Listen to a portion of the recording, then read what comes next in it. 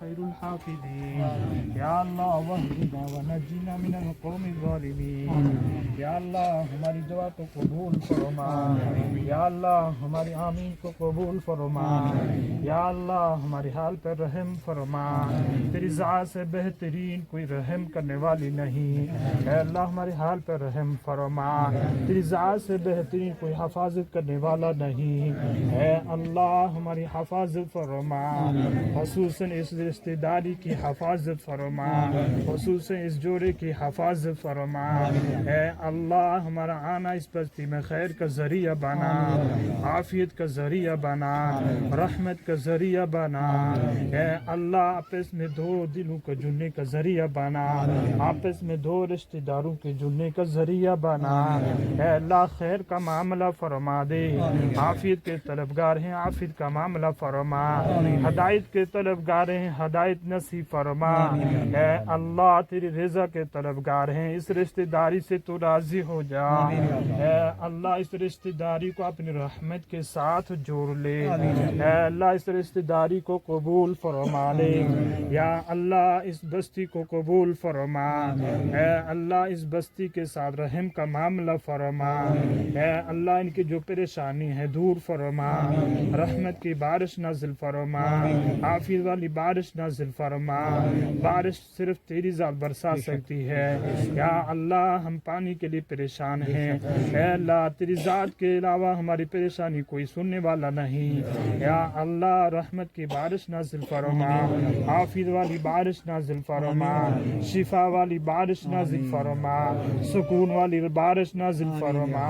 یا اللہ خیر و برکت والی بارش نازل فرما. یا اللہ ہماری یہ دعا قبول فرما لے.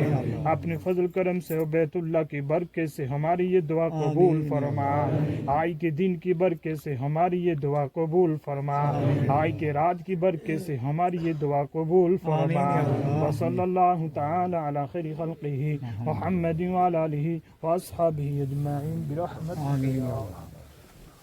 چلو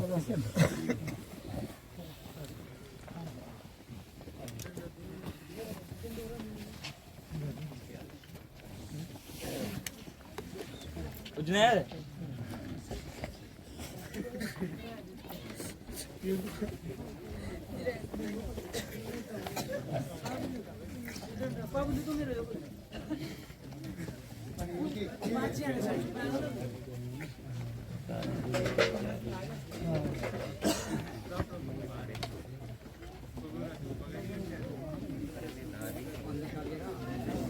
میں سیاح لے لوں.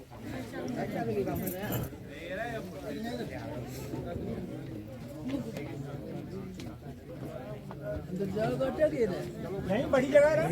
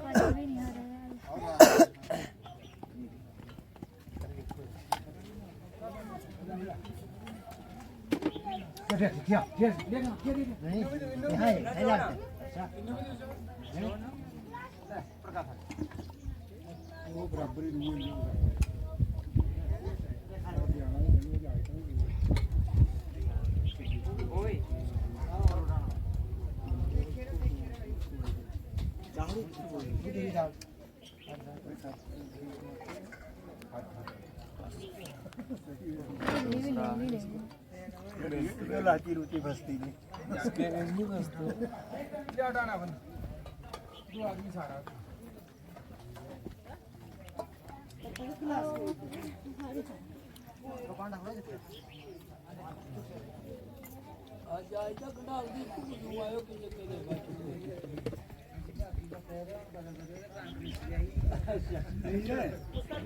ਕੰਮ ਲਾਇਓ ਮਸੀਰ ਦਾ ਇਹਦਾ ਕੰਮ ਪਾਉ ਜਿਹੜੀ 10 ਰੁਪਏ ਦੇਣਾ ਪਾਉ ਦੀ ਨਹੀਂ ਭਾਈ ਇਹ ਭਾਈ ਹੈ ਮਿੰਟ ਦਾ ਖਾਸ ਨਹੀਂ ਕਿਉਂ ਹੈ ਫੋਨ ਕਰਾਂ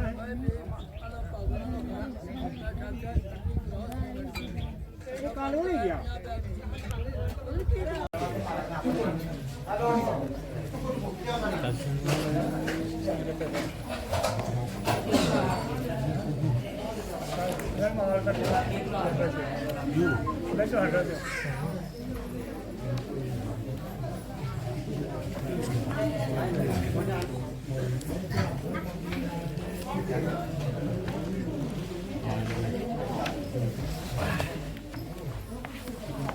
बड़ा है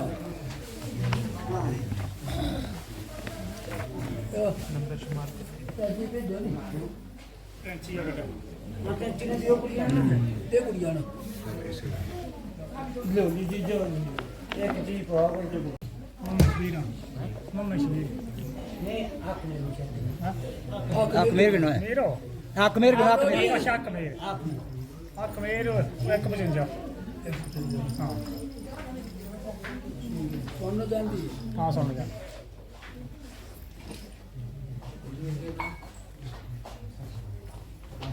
अच्छा बात अच्छा बन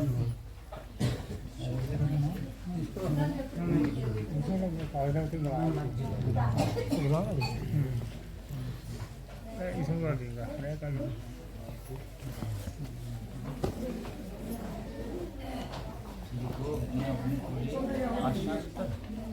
अच्छा बदला अपना 1,55,000 की पास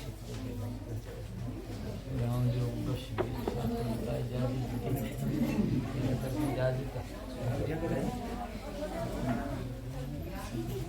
एक बार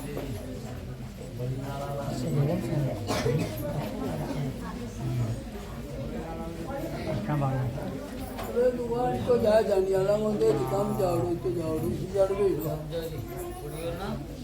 अच्छा बनना या कोई व्यक्ति गुलाम वाली रेट कोई शबीर है मोहम्मद शबीर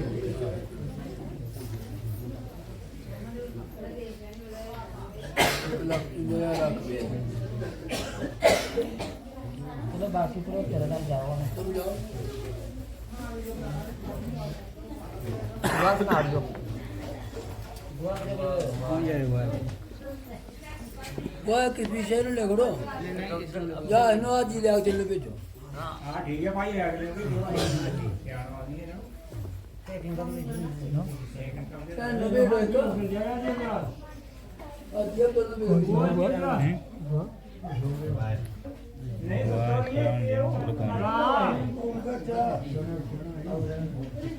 कुआं लिखो आज ले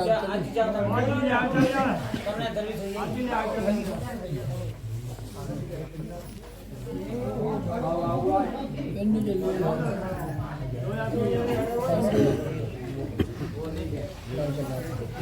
इसके बारे में थोड़ा रुपये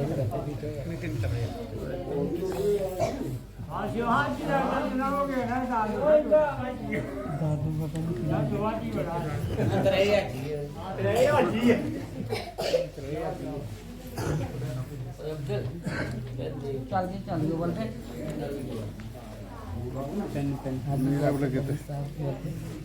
हमारे वाले तो ऐसे और देखे वर्दियत इस वाले नहीं थे इसकी क्या पता नहीं वर्दी ਅੱਜ ਸਾਲੀ ਅੱਜ ਵੀ ਜਾਂਦੇ कोई जी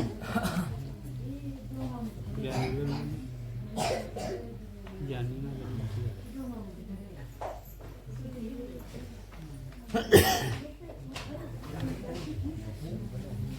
काटना इतनी देखो काटना इतनी हाँ इतनी जादू है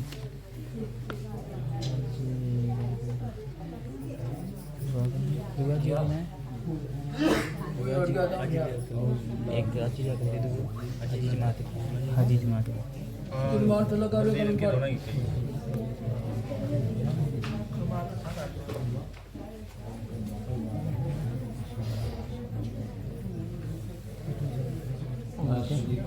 फरोजुद्दीन रोजी भाई हाँ भाई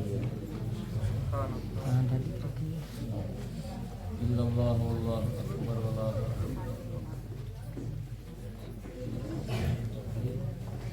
لا الہ الا اللہ رکھنا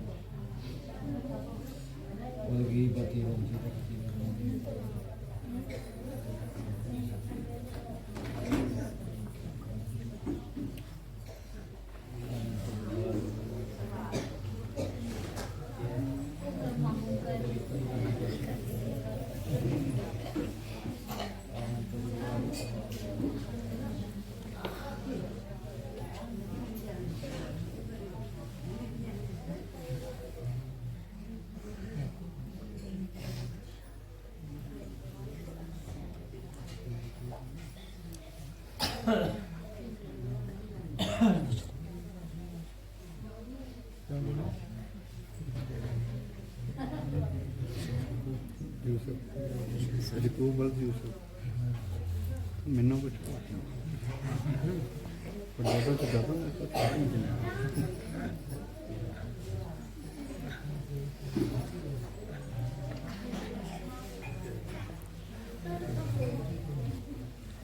بسم اللہ الرحمن الرحیم اللہم صلی علی سیدنا محمد وعلی آل سیدنا محمد واصحاب سیدنا محمد بارک وسلم علیہ.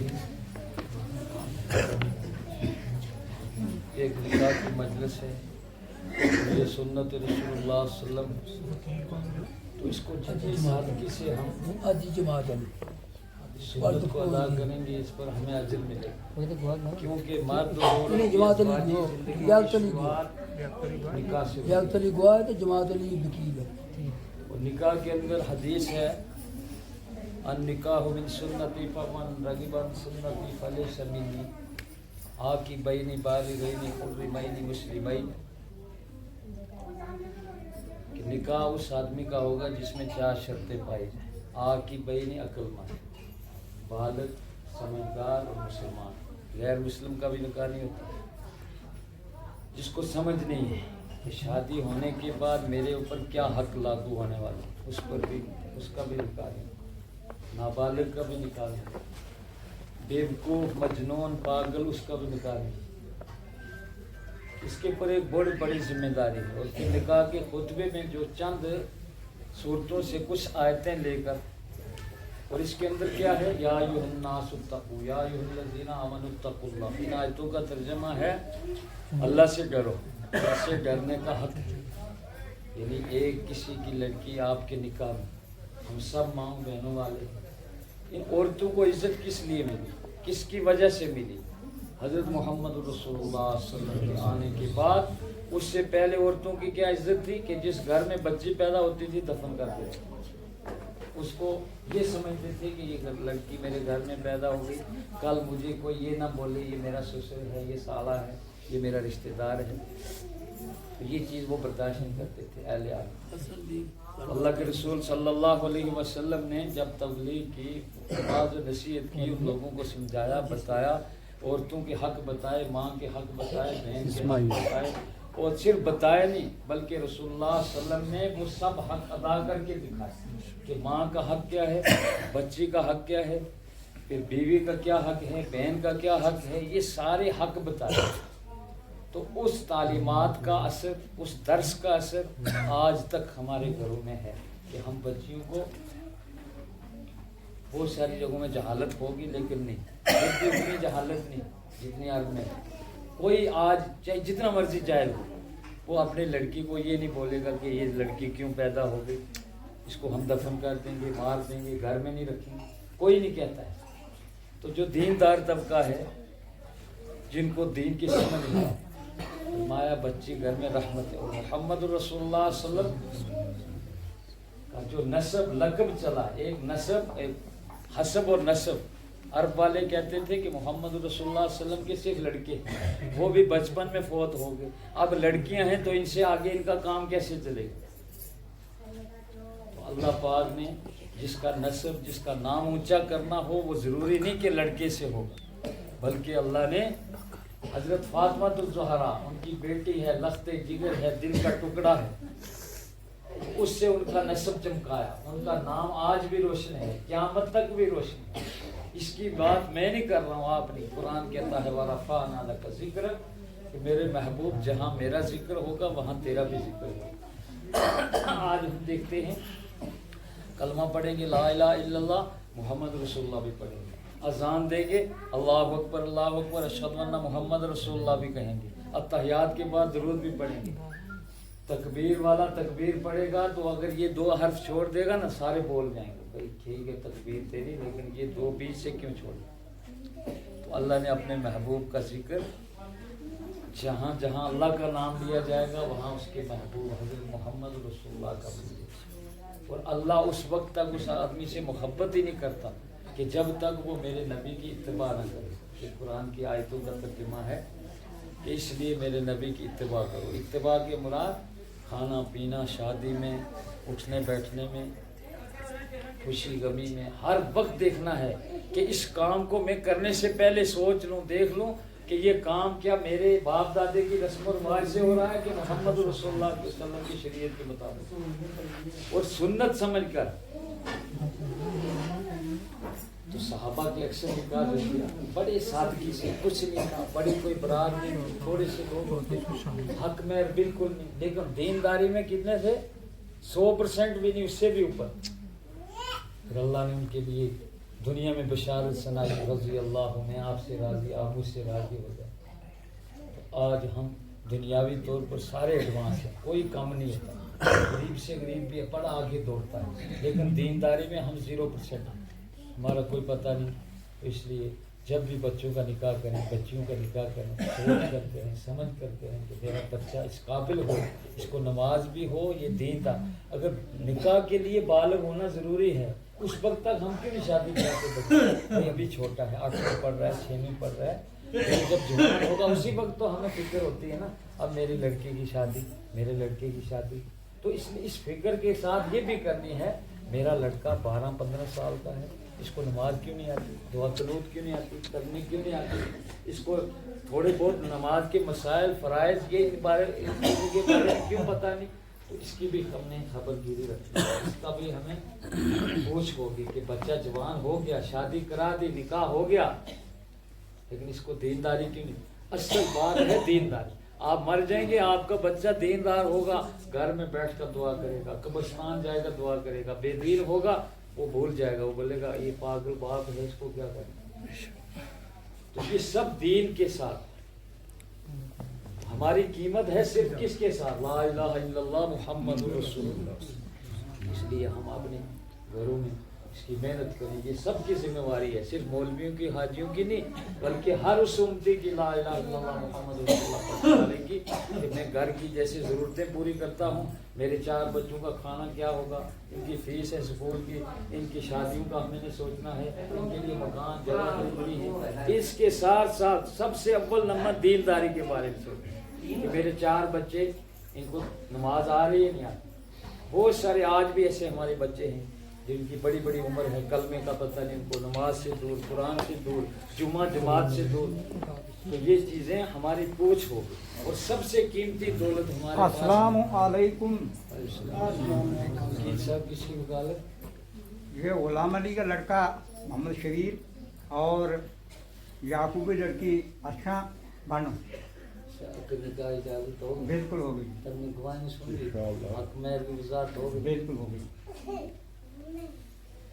تو یہ نکاح ہے، یہ نکاح کی مجلس ہے، اس میں حق مہر طے کرنا فرض ہے. ایجاب اور قبول یہ دوسرا فرض ہے. گواہوں کا ہونا 3 چیزیں.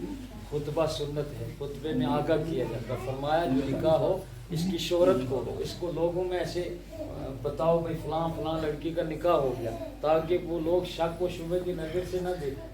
اور پھر نکاح کے خطبے میں جو آیتیں ہیں وہ کیا ہیں؟ ایمان والو اللہ سے ڈرو. اللہ سے کیسے ڈرو؟ کہ آپ جنگل میں ہیں وہاں بھی ڈرنا ہے کہ میرا اللہ مجھے دیکھ رہا ہے, میں یہاں چوری نہیں کر سکتا, زنا نہیں کر سکتا, میرے اگر میں غلط کروں گا میرا اللہ مجھے اس وقت دیکھ رہا ہے. تو یہ جب ڈر ہمارے دل میں ہوگا کل بھی کہ اللہ کا ڈر ہونا, پھر آدمی وہ کہیں بھی جائے گا نا وہ اللہ سے ڈرتا رہے گا, اس سے کبھی غلط نہیں ہوگا. اور یہ سب علاج کہاں ہے؟ قرآن کریم. قرآن ایسی کتاب ہے, اس کی حفاظت کی ذمہ داری اللہ نے لی اور ہم تک یہ کتاب پہنچائی. آج ہمارے گھروں میں محلوں میں دیکھو عالم حافظ ان کے پاس بیٹھ کر ہمیں کچھ نہ کچھ سیکھنا چاہیے. صورتیں قرآن میں کیا کیا لکھا ہے یہ ساری چیزوں کے بارے میں. یہ قرآن ہمارا امام ہے, ہمیں اس کو آگے رکھ کر چلنا ہے کہ جو قرآن فیصلہ کرے گا اس پر ہم مطمئن ہیں, نہ میرا جھگڑا نہ تیرا جھگڑا. تو صحابہ میں کیا ہوتا ہے؟ دو آپس کی لڑائی, بس دونوں کھڑے, کوئی قرآن پر ہم دونوں متفق ہو جائیں گے, جو قرآن فیصلہ کرے گا میں بھی راضی تو بھی راضی. آج ہم اس کو چھوڑ کے تو کیسے بھاگتے ہیں, ہماری لڑائیاں نہیں ختم ہوتی, بے دینی نہیں ہمارے گھروں سے جاتی. تو اس لیے ہم کوشش کریں کہ آنے والے یہ مہینہ مقدس مہینہ رمضان کا اور آج آنے والی رات یہ بڑی بابرکت رات ہے, عبادت کی رات ہے, ہفتے میں توفیق کے لیے اس رات میں ہم سارے عہد کریں, گناہوں کو چھوڑیں اور اپنی زندگی کا ایک پلان بنا کر گزاریں کہ ہم جو زندگی آج کے پہلے اس کی ہم توبہ کر لیں اور اس کے بعد ہم 5 وقت نماز پڑھیں گے, قرآن سیکھیں گے, قرآن کے ساتھ جڑیں گے, ایسی مجلسوں میں جڑیں گے جہاں اللہ اور اللہ کے رسول کی بات ہو. تو یہ عہد کرنا ہے, بس یہی ہے. ہماری جو رواجی کام ہے شب برات, رات حلوہ کھایا کڑا کھایا, نہ یہ کڑا کی رات ہے نہ حلوے کی رات ہے, حلوے تو ہم روز کھاتے ہیں. یہ رات عہد کرنے کی رات ہے اور انفرادی عبادت کی رات ہے. یہ مجمع کی عبادت نہیں, جیسے ہم جمعہ پڑھتے ہیں عید کی نماز مجمع کی ہوتی ہے, یہ انفرادی. اپنے گھر میں مصلی ڈال کر گناہوں کی معافی مانگی. تو اللہ پاک اس رات کے بڑے فضائل جانتے ہیں کہ اللہ کے رسول صلی اللہ علیہ وسلم نے سب سے بڑی حدیث کہ بنو کلب ایک قبیلہ تھا عرب میں, وہ سب سے زیادہ بھیڑ بکری رکھتا. تو اللہ کے رسول صلی اللہ علیہ وسلم حضرت عائشہ فرماتی ہیں میں نے اس شب قدر برات کی جو نصف شعبان ہے اس کی جو رات ہے اس میں نے رسول اللہ صلی اللہ علیہ وسلم کو دیکھا جنت البقیع میں رو رہے تھے, مغفرت کی دعائیں کر رہے تھے. تو پھر حضرت عائشہ ڈھونڈتے ڈھونڈتے وہاں پہنچی, اس نے پوچھا یا رسول اللہ صلی اللہ علیہ وسلم, کہا عائشہ تجھے پتہ ہے کون سی رات ہے؟ یہ رات ہے شعبان کے نصف, یعنی آج 14ویں آگے سے 15ویں رات ہے. تو اس کے اندر بنو کلب کی بکریوں کے بالوں کے برابر گناہگاروں کی بخشش ہو. اس لیے ہم اس نیت سے بیٹھے کہ میرے گناہ معاف ہو جائیں, اللہ مجھے معاف کر دے, میری پریشانیاں دور کر دے, میری حاجتوں کو پوری کر دے. تو اس لیے جہاں جہاں آپ کو موقع ملے گھر میں مسجد میں جائیں, وہاں بھی تھوڑی نماز عشاء کی پڑھیں. اس کے بعد یہ مجمع کی عبادت نہیں ہے کہ آپ سارے اکٹھے ہو گئے, بلکہ انفرادی عبادت ہے. اپنے اپنے گھروں میں بیٹھیں, مسجد میں اللہ کی تنہائی میں بیٹھ کر اللہ سے مانگیں, روئیں. رونا دھونا اللہ کو پسند ہے کہ میرے آنسو 4 نکل جائیں, میں اپنے گناہوں پر ندامت شرمندگی ہو جائے کہ میں شرمندہ ہو جاؤں. یا اللہ اس وقت کوئی نہیں دیکھ رہا ہے, تو دیکھ رہا ہے, میں نے کتنے گناہ کیے میں خود جانتا ہوں. تو فرمایا کہ گناہ گار آدمی جب لوگوں کے سامنے اصرار کرتا ہے, آج ہماری تقریباً 60-70% مجلسیں ایسی ہیں جن میں گناہوں کی باتیں ہوتی ہیں. ہم جوانی کے قصے سناتے ہیں, بڑے بڑے کام ایسے کیے وہ لوگوں کو سجا کر ان کو ہنساتے ہیں, محفل سجتی ہے. تو اللہ پاک قیامت کے دن فرمائے گا یہ لوگوں کے سامنے اقرار کرنے والی بات نہیں, اللہ کے سامنے اقرار کرنا ہے. اے اللہ میں مجرم ہوں, خطا کار ہوں, فلاں فلاں گناہ کیا ہے, اب تو بخشنے والا ہے, مہربان ہے, اس لیے کہ تو بخشنے پر قادر ہے, تو بخشنا معاف کرنا پسند کرتا ہے.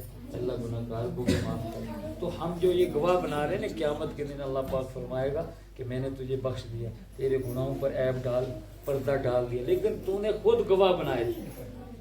آج اگر میں چوری کروں گا, ایک چور چوری کر کے پھر ہماری آج کے لیے ایسی مجلس, وہ پھر سب کو بولتا ہے یار میں نے اتنا ہوشیار تھا نا, میں جوانی میں یہ بہت بہت باتیں, پھر ان لوگوں کو ہنساتے ہیں, وہ ہمارے گواہ بن رہے ہیں. تو اللہ تعالیٰ کہے گا میں نے پردہ ڈال دیا, میں نے معاف کر دیا, لیکن یہ تیرے گواہ, تو خود ان کو مجلسیں سجاتا تھا, ہنساتا تھا, ان کو مزاق. تو آج کل ہماری مجلسوں میں یہ باتیں ہوتی ہیں. دینی بات نہیں ہوتی، شریعت کی بات نہیں ہوتی، قرآن سنت کی بات نہیں ہوتی، تو ان باتوں پر ہم اتنا ہنستے ہیں، موضوع لیتے ہیں، رات بھر ایسی مجلس، پھر نیند بھی نہیں آتی، تو ہوتا کیا ہے پوری رات گناہ. تو پہلے ان کی توبہ کرنی تھی، اللہ کے سامنے گناہوں کا اقرار کرنا تھا. اللہ ہم دنیا سے چھپے ہوئے تھے، میرے رشتہ دار نہیں ڈرتے تھے، میرے بچوں سے ہم ڈرتے تھے، لیکن تیرے سامنے گناہ کیے، اللہ کو معاف کر دے. ان کے سامنے نہیں بلکہ سب لوگوں میں ہم ذکر کرتے ہیں، تذکرے کرتے ہیں، تو وہی لوگ ہمارے گواہ بنیں گے. وہ کہیں گے نہیں اس نے میرے سامنے بھی یہ بات کہی، وہ دوسرا بولے گا میرے سامنے بھی اس نے یہ کہا تھا. تو آج آپ خود دیکھنا کہیں شادیوں میں جہاں لوگ اکٹھے ہوتے ہیں وہاں یہ مجلسیں زیادہ ہوتی ہیں. جو ہم نے اچھا کام کیا اس کا ہم ذکر نہیں کرتے. اگر کوئی آدمی حج کر کے آئے، عالم بن کر آئے، وہ اس کی بات بتائے، بھئی میں ایسے حج کرنے گیا، میں نے اسے مشقت سے حج کیا، اس کے رکن ادا کیے، تو اس سے بھی تو لوگوں کو فائدہ ہوگا. لیکن وہ بات نہیں کرے گا، جس کے اندر اچھائی ہوگی وہ نہیں اس کو سنائے گا، جو برائیاں اندر اپنے ہیں وہ سب بیان کرے گا. تو اس سے فائدہ نقصان کتنے ہیں وہ سب گواہ بن اور لوگوں کے سامنے اقرار کرنا. اللہ تعالیٰ ہم سب لوگوں کی توفیق عطا فرمائے. الحمدللہ الحمدللہ نحمدہ ونستعینہ ونستغفرہ ونؤمن بہ ونتوکل علیہ ونعوذ باللہ من شرور انفسنا ومن سیئات اعمالنا. من یہدہ اللہ فلا مضل لہ ومن یضللہ فلا ہادی لہ ونشہد ان لا الہ الا اللہ وحدہ لا شریک لہ ونشهد أن محمدا عبده ورسوله. يا أيها الناس اتقوا ربكم الذي خلقكم من نفس واحدة وخلق منها زوجها وبث منهما رجالا كثيرا ونساء واتقوا الله الذي تساءلون به والأرحام إن الله كان عليكم رقيبا. يا أيها الذين آمنوا اتقوا الله حق تقاته ولا تموتن إلا وأنتم مسلمون. يا أيها الذين آمنوا اتقوا الله وقولوا قولا سديدا يصلح لكم أعمالكم ويغفر لكم ذنوبكم ومن يطع الله ورسوله فقد فاز فوزا عظيما. قال النبي صلى الله تعالى عليه وسلم النكاح من سنتي فمن رغب عن سنتي فليس مني. آتي بين والدين بين مسلمين صلى الله تعالى على محمد وآله وصحبه أجمعين برحمتك يا أرحم الراحمين. واسطہ حلالیت کے زوجی کے بدلے حق میں 1,56,000 کے بشر کے جبران کی مطالبہ کو یا کوئی عرشن دے گا شبیر کا اللہ کی کا واسطہ حلالیت کے زوجی کے بدلے حق میں 1,56,000 کے بشر کے جبران کی وکالت میں 2 گواہیں گواہی میں یا کوئی لڑکی آسان میں نکاح ہونے کی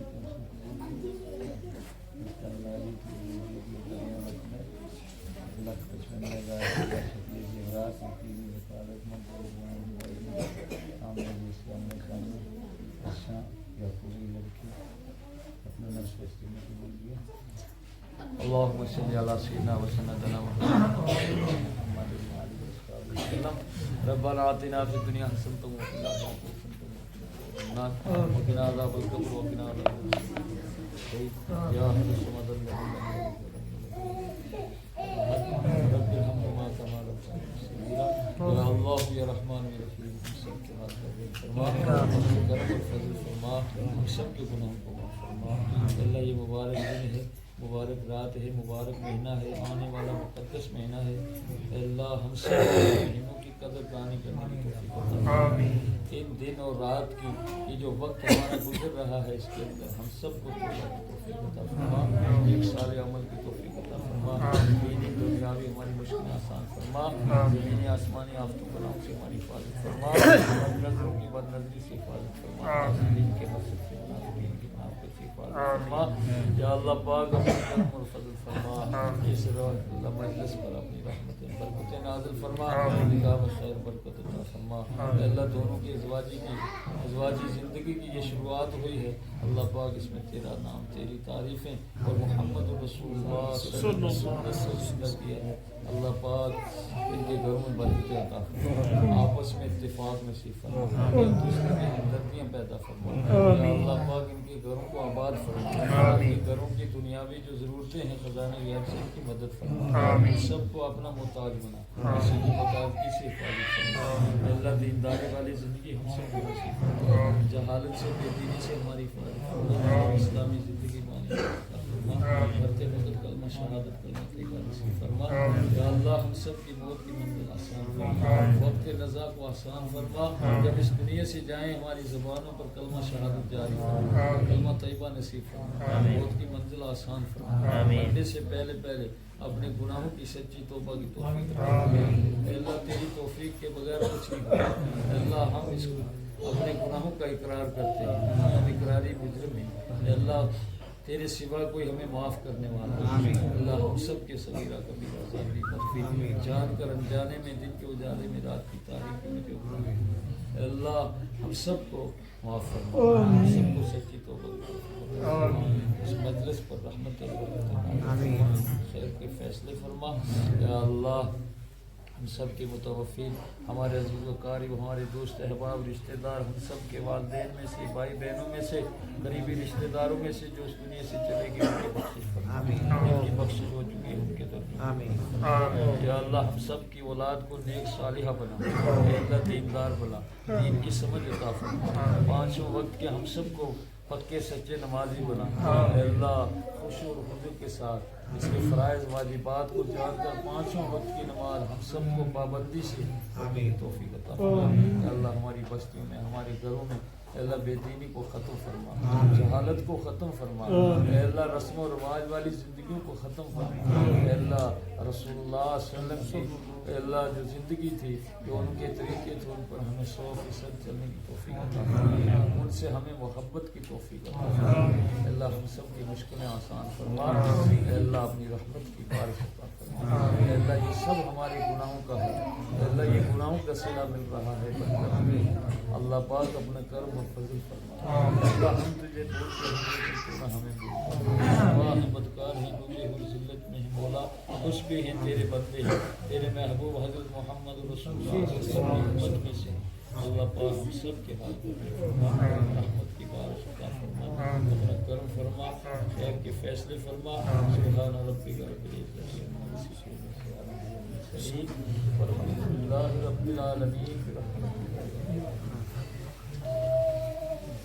نکالا سین کر جاؤ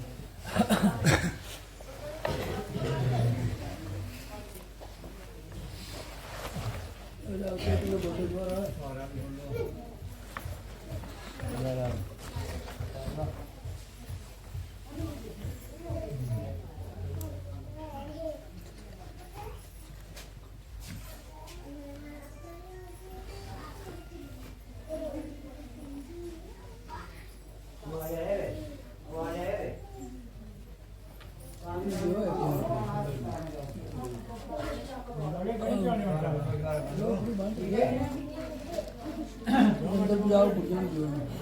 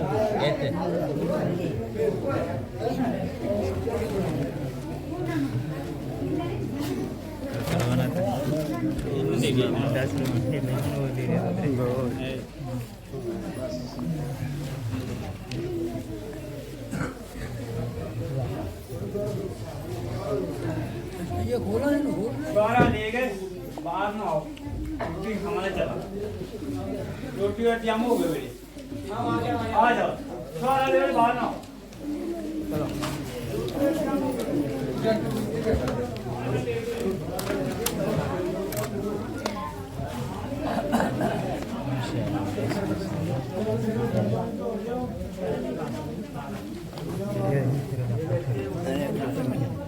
गवाह भी आई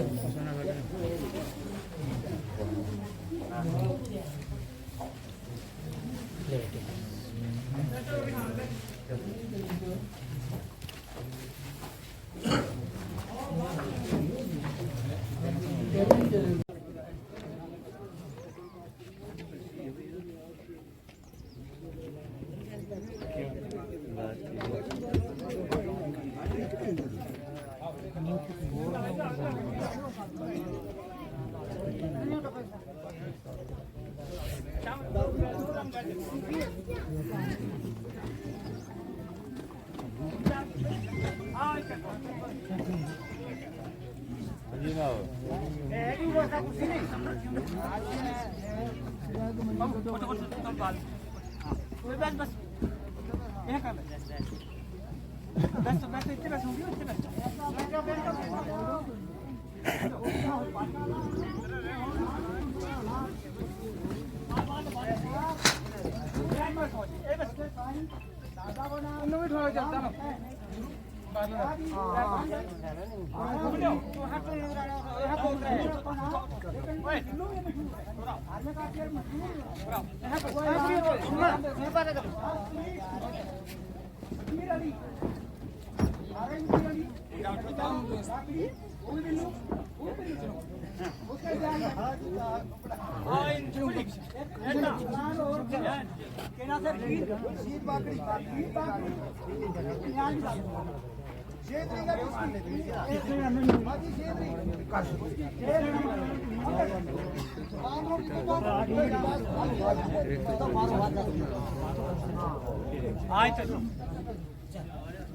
चल बिजू चल थाली पड़का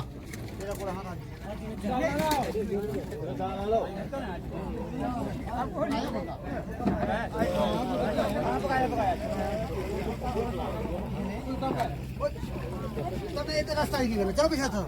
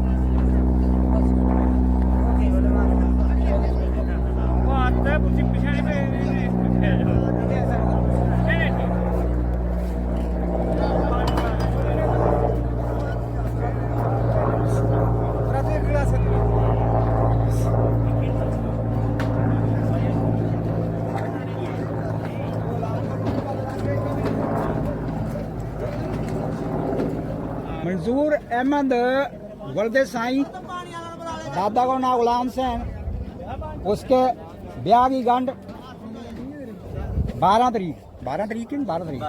12 फगन दुए के ऐलान और 10 तरीक फकीर अली बिल्लू वल्दे सैनू उसके भी ब्याह की गंढ 10 तरीक। एक ऐलान और सुनो, रशीद बागड़ी उसके 6 तरीक ब्याह की दावत। एक ऐलान और सुनो, शाह मोहम्मद यूसुफ ब्याह की दावत 16 फगन बरोज वीरवार। दावत के ब्याह खाओ, उसके बाद रोजा रखो, की खाओ बैठ के, उसके बाद रोजा रखो, अल्लाह को ना लो, इबादत करो, ट्राफी पढ़ो, नमाज पढ़ो। शुक्रिया सर, बहुत शुक्रिया।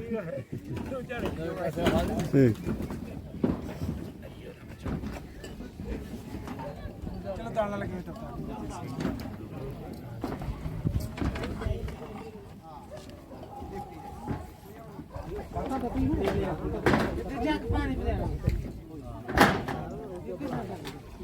मैं आज थोड़ा पानी दे हाँ फिर आधा ले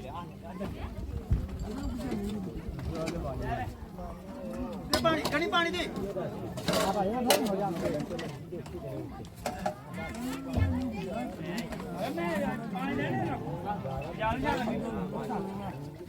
चल ओए ले पकड़ो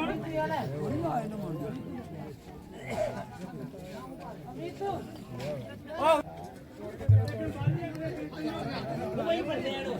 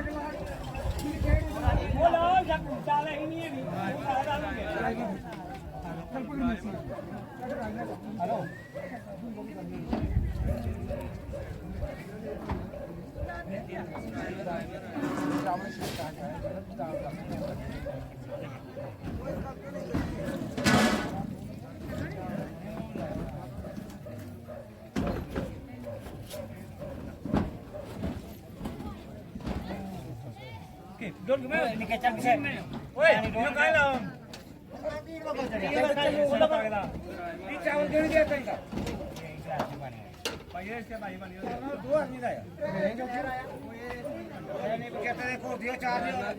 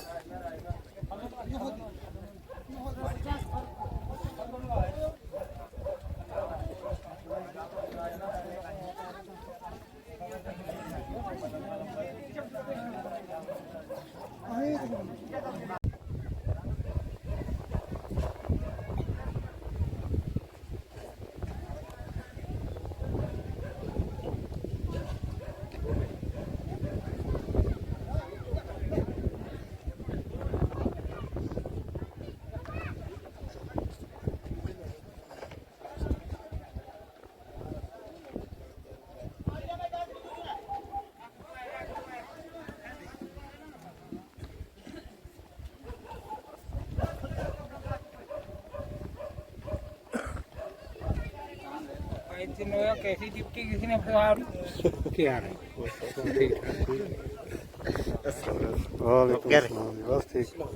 वालेकुम अस्सलाम